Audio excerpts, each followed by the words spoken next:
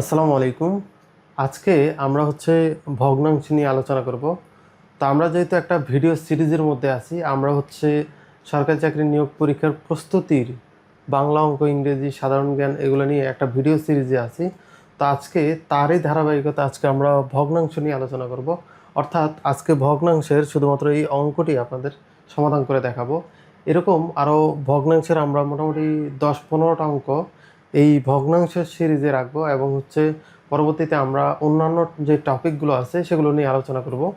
তো প্রথমত আজকে এই ভগ্নাংশের যে অঙ্কটি আমরা অলরেডি বোর্ডে লিখে রাখছি, এটি সমাধান করে দেখাচ্ছি।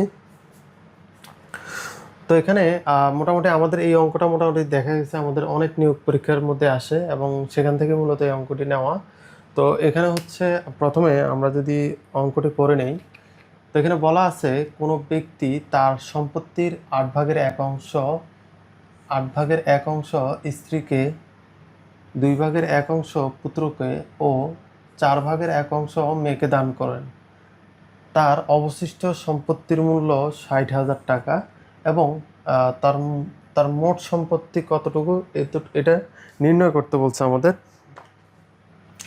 তো প্রথমে আমরা মোট সম্পত্তি কতটুকু যেহেতু জানি না, তো আমরা এটি লিখতে পারি। মনে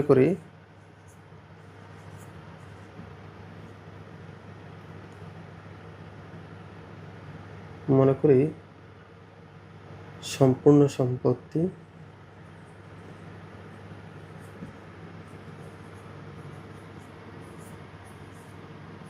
এক অংশ। তো এটিকে চাইলে আমরা একশো ধরে নিতে পারি, তো আমরা এক ধরে নিলাম, এক অংশ। তো তার পরবর্তীতে যেই বিষয়টি বলা আছে এখানে যে স্ত্রী পুত্রকে এবং কন্যাকে দান করে। তো কতটুকু দান করে আমরা প্রথমে এটি বের করে নিই। তো স্ত্রী, পুত্র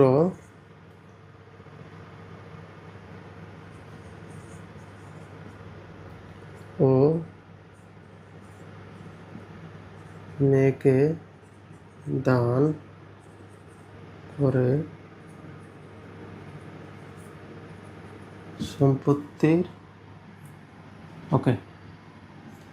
8/1 প্লাস 2/1 প্লাস 4/1 অংশ। ওকে, তো এটি যদি আমরা ক্যালকুলেশন করি, 8 2 4 এটির লসাগু 8। তাহলে এটি 8 1 8 1 1 1 প্লাস 4 2 8, তাহলে 4 1 4 প্লাস 4 2 8 2 1 2 অংশ। অর্থাৎ অর্থাৎ সে দান করে সম্পূর্ণ অংশের 7 অংশ, অর্থাৎ 8/7 অংশ সে দান করে। তাহলে তার অবশিষ্ট সম্পত্তির মূল্য 60,000 টাকা। এখন আমাদের বের করতে হবে তার এইটা দান করার পরবর্তীতে তার কতটুকু সম্পত্তি বাকি রইল। সুতরাং অবশিষ্ট সম্পত্তি 1 মাইনাস 8/7 অংশ। তো আমি পাশে লিখে নিচ্ছি, যেহেতু বোর্ডটা মোটামুটি অঙ্কটা কভার করা লাগবে। তাহলে এটি লসাগু করলে 8 8 1 8 মাইনাস 7 1 7। ওকে, তাহলে 8/1 অংশ। ওকে, আমাদের অবশিষ্ট সম্পত্তিটি 8/1 অংশ। তা আমাদের পরবর্তীতে বলা আছে যে এখানে তার অবশিষ্ট সম্পত্তির মূল্য 60,000 টাকা। তাহলে আমরা লিখতে পারি এখানে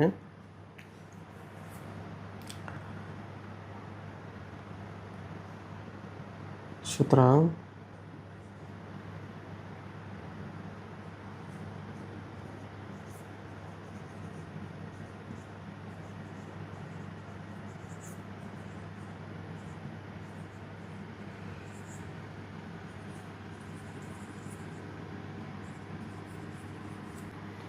ওকে, তার অবশিষ্ট সম্পত্তির মূল্য হচ্ছে 60,000 টাকা। এখন আমাদের যদিও একটা জিনিস বের হয়ে গেছে, সেটি হচ্ছে এই অবশিষ্ট সম্পত্তি কতটুকু, অর্থাৎ কতটুকুর মূল্য হচ্ছে 60,000 টাকা। এই 8/1 মূল্য হচ্ছে 60,000 টাকা। তাহলে আমরা লিখতে পারি, অর্থাৎ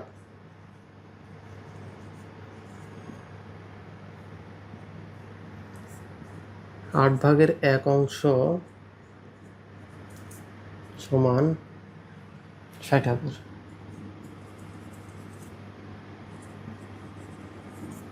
ওকে, তো এখানে এখন হচ্ছে 8/1 যেহেতু 60,000 টাকা, তাহলে এখন আমাদের বের করতে হবে সম্পূর্ণ অংশ সমান কত। অর্থাৎ সুতরাং 1 অংশ, সরাসরি 1 অংশ লিখলাম। আপনারা চাইলে এখানে 1 অংশ বা সম্পূর্ণ অংশ সমান, এটিকে যদি আমরা এই পাশে নিয়ে যাই 60,000, এটিকে আমরা যদি এই পাশে নিয়ে যাই তাহলে এটি আমরা গুণ আকারে নিতে পারি, ভাগ আকারে নিতে পারি। তো আমরা যদি প্রথমে ভাগ আকারে নিই তাহলে যা আছে তাই থাকবে, টাকা। আর যদি আমরা যেহেতু আমরা ভগ্নাংশের একটা নিয়ম শিখলাম, সেটা হচ্ছে ভাগের ভগ্নাংশের ক্ষেত্রে সবসময় গুণ, ভাগটা চেঞ্জ হয়ে গুণ হয়ে যায় এবং প্রথম সংখ্যাটি ঠিক থাকে, পরের যে সংখ্যাটি থাকে অর্থাৎ পরের যে ভগ্নাংশটি থাকে সেটি উপরে হরের জায়গায় লব চলে যায়, লবের জায়গায় হর চলে আসে। তো আমরা সরাসরি এটি এখানে অঙ্কটা বড় না করে আমরা সরাসরি লিখতে পারি গুণ 8/1 টাকা। ওকে,